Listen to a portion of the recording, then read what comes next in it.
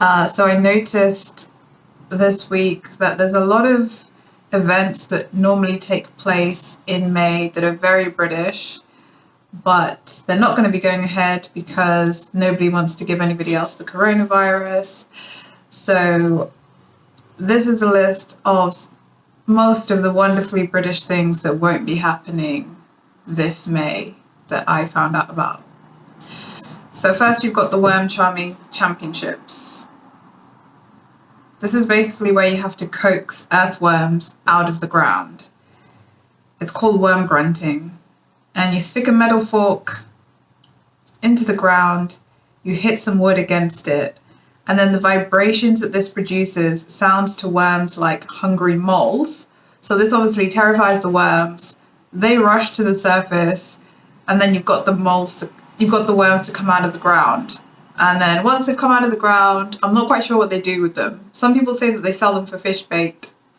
This whole story is kind of like a horror show, really, for the worms. Like, I'm a little bit saddened that the worms have to go through this. It is quite cruel. Especially as earthworms are actually kind of useful for soil. Not sure we should be digging them out of the ground or getting them to come out of the ground, but there we go. The Worm Charming Championships are not happening. Apparently there's always about like 8 million worms in like an acre of soil, so I guess bringing some of them out of the ground isn't going to totally destroy the habitat system, but it's kind of grim to think like you're basically terrifying these worms to get them to come out of the ground. And then you do have the Tweed Run, which I fully support. This is apparently when people dress up in their finest tweed to cycle around London. And this is British. I don't think you can get more British than this. I think it's a wonderful idea. Like, I don't own any tweed. It's a very posh thing to own. Does anybody have any tweed? I think that's like a posh test. Do you own any tweed? Did you go to Eton? But I think it's a pretty good idea. I wouldn't particularly dress up in tweed, even though it's very pretty to look at. And then there's lawnmower racing, which isn't going ahead. Apparently Red Bull, I keep saying apparently, that's like one of my words. Anywho, apparently, I can't stop. Red Bull sponsored this lawnmower racing thing every year, and people get up to speeds of like 50 miles per hour on their lawnmowers. I've looked at these pictures, it looks absolutely mental. Cheese rolling. Now this is super British. Cooper's Hill every year. I have vaguely heard about this. I have seen like the odd news report about this each year. But there's an annual cheese rolling event in Gloucester. Can I say this word? Gloucester, where people from all over the world, like it's world famous. You have people from the US, Australia, New Zealand, Nepal. They gather at the top of Cooper's Hill. Somebody chucks like a 7 to 9 pound like circle of cheese down this hill, and then everybody just races after it. And the first person over the finish line at the bottom of the hill gets to win that cheese, which I'm pretty sure is how the coronavirus was spread. Fucking rolling cheese down the ground and then passing it on to somebody as the winner. I don't know if it's that actual cheese that they win, but they do win a cheese. There's always a lot of injuries from this event, as you can imagine. Like, I think it's like 20 people got injured last year because the hill's really steep. Like, if you look at the hill that they have to run down, they're basically just chucking themselves over a ravine and hoping for the best. So, less injuries this year. I would not support this cheese rolling thing at all because it's just not my bag to injure myself trying to chase a cheese down a hill. I'm really okay with just going to like Asda and picking some cheese off the shelf. That's very zen to me. Fighting people for the last piece of decent cheese, I will do that. Rolling down a hill, running after a cheese down a hill, not so much.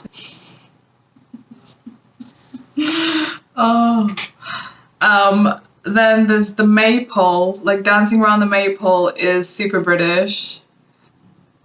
I mean, dancing around the maypole has been a tradition for centuries in England. That one I do know about. Like, I remember even at school, my British school, being made to do something with a maypole. I don't I don't remember what it was, but there was a bit of dancing, and I was like holding a little, what's it, like, piece of fabric and running in between Lucy and Mary or whoever it is I went to school with. Like, it was very much like, yeah, dancing around the maypole.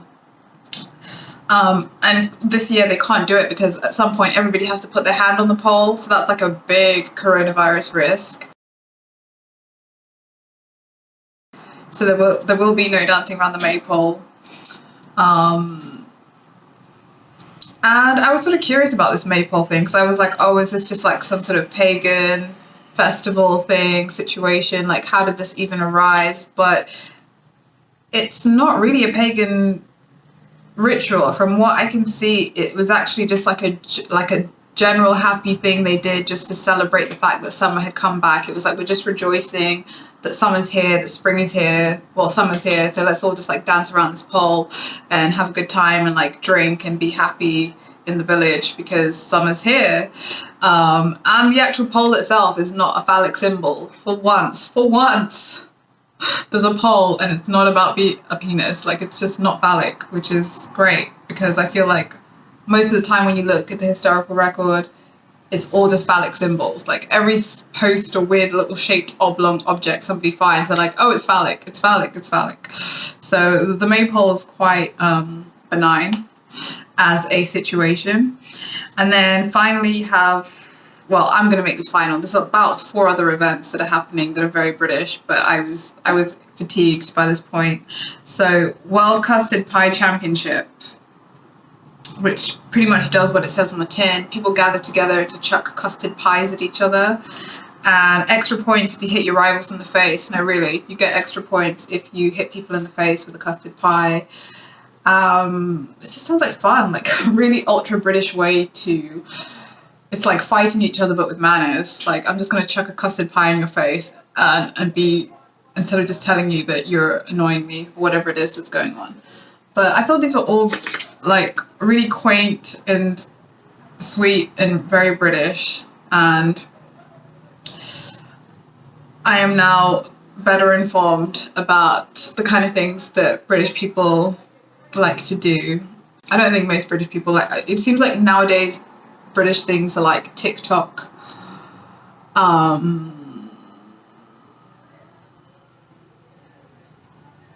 Strictly Come Dancing, it's very British,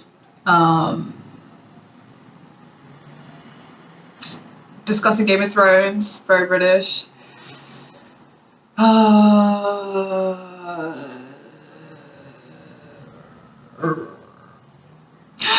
Prosecco, I feel, is very British. Other things that are very British, I don't know. I don't think that's a very good list. I feel like there's a lot of gems that people could come out with about current things that are just very British. So if you want to share some with me and elevate my understanding of what it takes to be British, I would love that, because I'm really reaching for stuff right now, and I probably it should like come a lot quicker. Like, what is it to be British in today's modern times, in a very accessible way? Because I'm not sure the Tweed Run is like accessible to most British people. Also not sure that cheese rolling, most people probably dance around the maypole, but like, what are some quintessentially, can't even say the word, quintessentially, like that word, that's a very British word, quintessentially British things that people do or say or believe in, would be good to know, because I want to laugh, and that list was kind of dry, which is also sometimes very British. Let me know.